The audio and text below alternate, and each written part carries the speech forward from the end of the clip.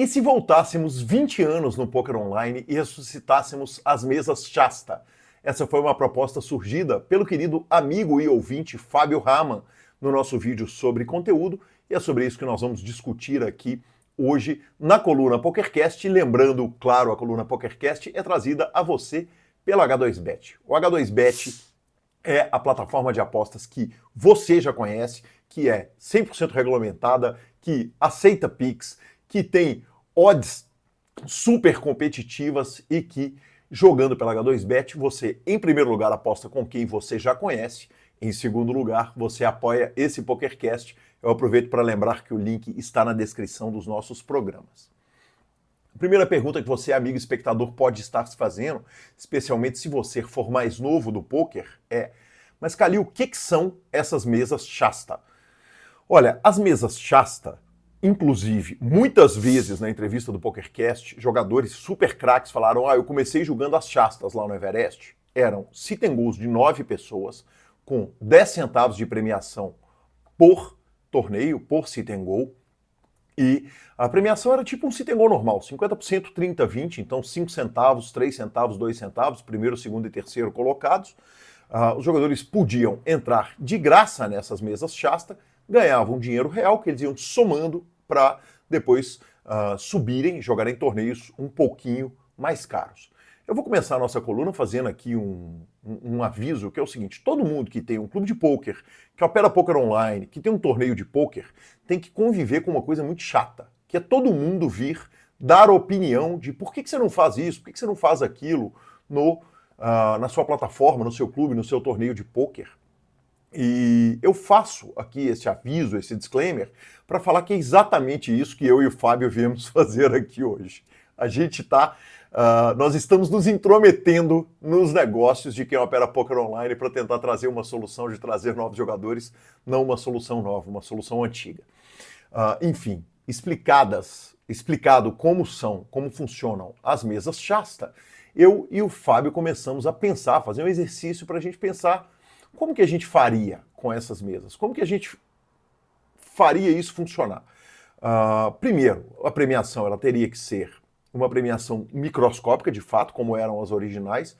Então a gente pensar em 10 centavos de real ou 10 centavos de dólar, dependendo da nacionalidade do operador, me parece um número muito razoável, com 5, 3 e 2, talvez um 5, 2 e 1, totalizando de 8 a 10 centavos por sit and go, com prêmios que poderiam ser pagos em T-dólares. Então, não é dinheiro que a pessoa pode sacar ou pode, por exemplo, ir para o cash game.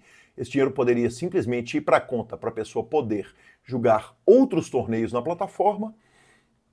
E essa seria a base do formato das Shastas edição 2025, que não está tão longe lá do início dos anos 2000.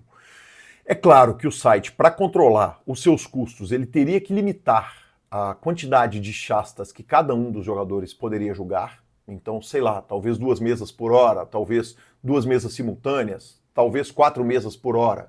Enfim, isso poderia ser uma forma do site controlar o seu custo. Se a gente parar para pensar que o site vai estar trabalhando com um custo de um sit and go a 10 centavos, 10 sit and go custariam $1, 100 sit and goes custariam $10 e 1.000 sit and goes custariam $100 ou R$100, claro, dependendo da moeda, o que não é um custo tão grande de publicidade para colocar os jogadores nos sites ali jogando. O Fábio colocou algumas coisas muito interessantes da nossa discussão que são, por exemplo, Calil, uma coisa importante que a gente teria que colocar seriam limitações para esses jogadores.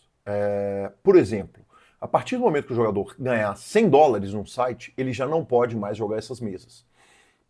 Apesar de eu achar que o jogador mais experiente ele não vai querer jogar a Shasta por 3 centavos, jogar o sit and go por 3 centavos, o Fábio falou, cara, isso talvez fosse ser legal para o jogador que está começando, ele não se sentir engolido ali por jogadores melhores. Então, isso talvez fosse uma forma de colocar só os jogadores iniciantes para jogarem entre eles enquanto eles aprendem o jogo.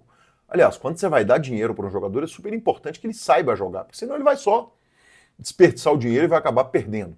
Eu lembro que uma das grandes promoções do início do poker, que era do Poker Strategy, ela te dava $50, mas você tinha que estudar e fazer uma prova para que você soubesse o que estava fazendo quando sentasse definitivamente na mesa para jogar. Outro ponto que o Fábio aponta com muito brilho é a questão da gamificação. Falou, Calil, porra, tem tanto malandro ali jogando Candy Crush de graça, jogando Gardenscapes de graça, é o meu caso que se diga, e eu falei, Fábio, tem um problema, cara. O Zynga era um site de poker que ele era todo gamificado e ele não dava tração. Porque no final das contas, a grana, que é o grande motor, o grande propulsor do poker, em última instância, é o dinheiro. Então, eu acredito que seria legal se o prêmio fosse dinheiro. Eu não sei se a gamificação pega demais. E aí ele vem com uma sacada que é, cara, mas e um ranking dos chastas com valores adicionais em dinheiro para esses jogadores?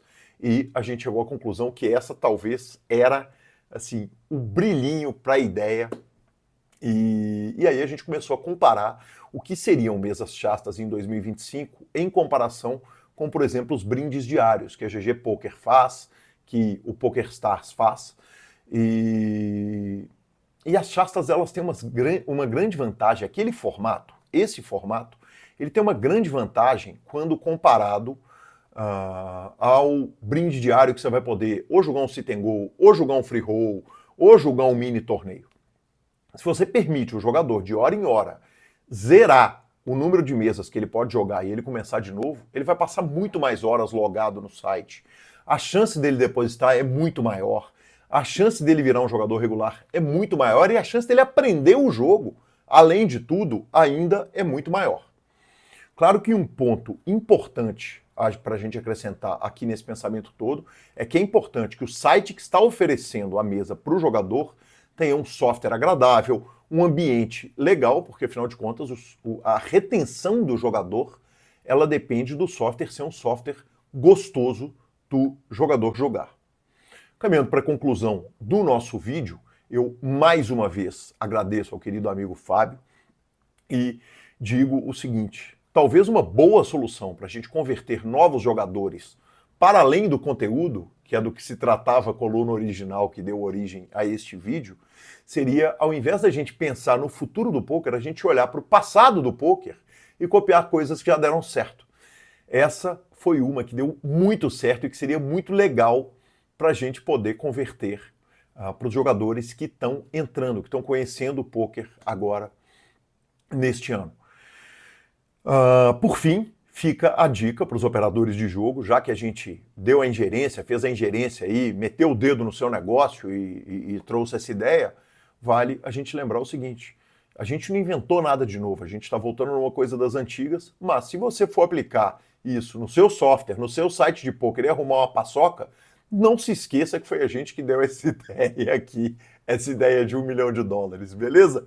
Eu encerro a coluna por aqui, claro, lembrando que a coluna PokerCast é trazida a você pelo H2Bet. O H2Bet é a plataforma, olha o QR Code aqui na tela, a plataforma de bet onde você aposta com quem você já conhece, os caras que foram responsáveis pelo nosso poker crescer, pela nossa federação, pelas empresas do poker. E o H2Bet super bem cuidado, você tem a porta onde bater e tem o link que está aqui na descrição do programa.